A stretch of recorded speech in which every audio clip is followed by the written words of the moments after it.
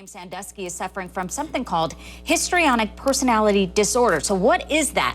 Want to check in with clinical psychologist Paula Bloom. Paula, great to see you here. So break this down in terms of this personality disorder and how it may be used in the defense of Jerry Sandusky. Okay. The histrionic personality disorder has to do, a personality disorder has to do with something that you've been for a long, long time. It's not something you just acquire.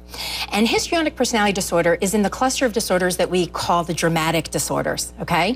When I was in graduate school, the way we talked about this personality stuff is people with histrionic personality disorder want a lot of attention. And there's basically a few characteristics. And the mnemonic we use is praise me, because they need a lot of praise. Their sense of self comes from the outside. What we see a lot of times with people with this kind of condition is we see them, there is sometimes a sexual component, but not predator. It's more of a... That was my question. Is it involved in this No, sexual... it's more of like attracting attention and being provocative. The R in the praise me has to do with really needing a lot of reinforcement and having relationships where you kind of think to yourself, oh, we're BFFs, we're really close, but the other person doesn't necessarily see it like that. And then there's attention, and they're highly influenceable, like they want, you have that outfit, I want that outfit. Competitive in a sense. Right, and very susceptible to the influence of others. Their speech tends to be very dramatic without a lot of specifics. And you know, I could go on and on. The problem here is people are listening to this and thinking, oh yeah, I knew somebody like that in college. Right. Oh yeah, my ex is like that. We're talking about a personality disorder. We all have some of these characteristics. This is about extreme personality issues coupled with severe, severe problems in your functioning related to it. I found it interesting, Paula, that in the state of Pennsylvania, it's the only state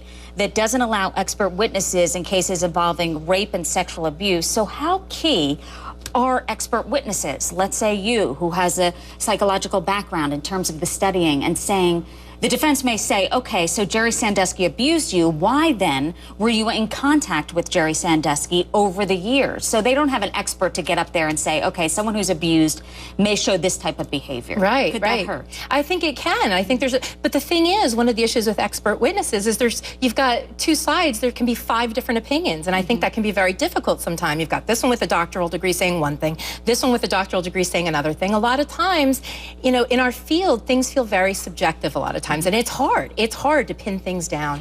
So that can be difficult. We saw that in the Casey Anthony trial with so many experts, and one person says this one day, you see them on the stand all day, another one comes on the stand and refutes all of that. Right.